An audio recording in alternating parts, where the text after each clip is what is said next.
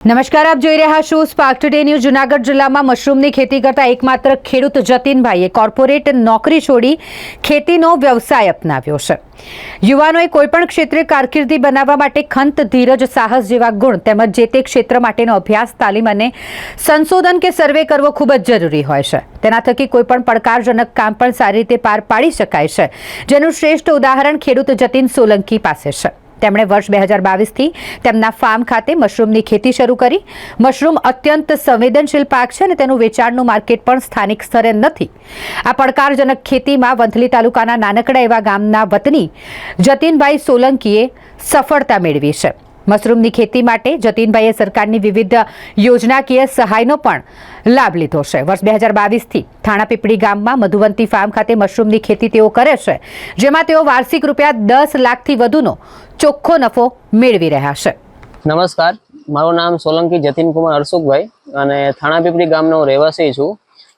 વાત કરીએ અને અમારું જે ફાર્મ છે મધુવંતી ફાર્મ કે એની અંદર મશરૂમની ખેતી કરવામાં આવી રહી છે।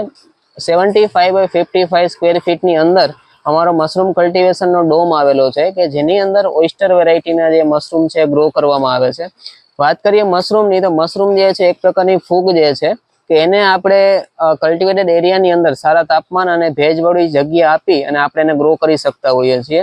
વાત કરીએ મશરૂમના ગ્રો કરવાની તો એની અંદર જે છે અલગ અલગ મેથડનો યુઝ કરવામાં આવતો હોય। હેંગિંગ મેથડ છે, મિક્સ મેથડ। અમે જે છે હેંગિંગ મેથડનો યુઝ કરી અને ડોમની અંદર 5400 બેગ જે છે એનું કલ્ટિવેશન કરવામાં આવે છે। મશરૂમના કલ્ટિવેશનમાં અમુક પ્રકારની જે ધ્યાન રાખવા એવી બાબતો છે કે એની અંદર ઇન્ફેક્શન છે, સ્ટરીલાઇઝેશન છે, આ બધી બાબતોને ખાસ ધ્યાન રાખવામાં આવતું હોય છે। મશરૂમની માર્કેટની વાત કરીએ તો મશરૂમ જે છે એ અમારું જે કંઈ પણ મશરૂમ છે તૈયાર થયા બાદ અમે એને જે છે યુકે અને કેનેડા જેવી કન્ટ્રીની અંદર એક્સપોર્ટ કરીને મોકલીએ છીએ।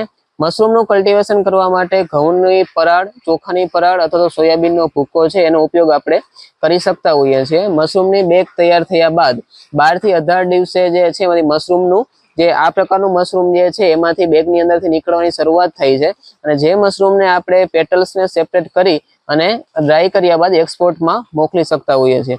શું કામે મશરૂમની ખેતીની જરૂરિયાત છે અથવા તો શું કામ મશરૂમની ખેતી કરવી જોઈએ કે મશરૂમ અત્યારના ટાઈમની અંદર દિવસે દિવસે વધતી બીમારીઓના સામે રક્ષણ મેળવવા માટે મશરૂમ એક ભરપૂર protein, vitamin B12, calcium, vitamin D3 નો ભરપૂર માત્રામાં સોર્સ છે। મશરૂમની અંદર સૌથી વધારે માત્રામાં 90% પ્રોટીન જે છે રહેલું હોય છે કે જે અનેક પ્રકારની બીમારીઓ કહી શકાય કે આર્થરાઇટિસ છે, સુગર છે, એની અંદર બહુ બેનિફિટનું કામ આપે છે। તો આ રીતે અલગ અલગ વેરાયટીના મશરૂમ કહી શકીએ કે જેની અંદર ગ્રે છે, વ્હાઇટ છે, બ્લુ છે અને ફ્લોરિડા છે અને સેજુર કાજુ, આ 5 વેરાયટીના મશરૂમનું કલ્ટિવેશન છે અમારા ફાર્મની અંદર કરવામાં આવે છે કે જેના માટે કહી શકીએ કે મશરૂમની બેગ તૈયાર કરવામાં આવતી હોય છે અને એક બેગ તૈયાર કરવા માટેનો ખર્ચો છે 30 થી 35 રૂપિયાની આસપાસ આવતો હોય છે।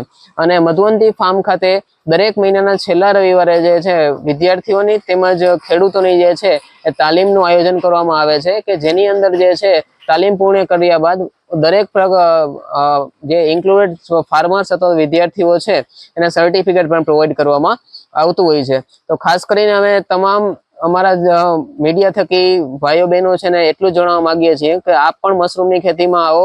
એક સારા ફ્યુચર રહેલું છે અને એક ઉમદા ખેતીનો આ સોર્સ પણ છે।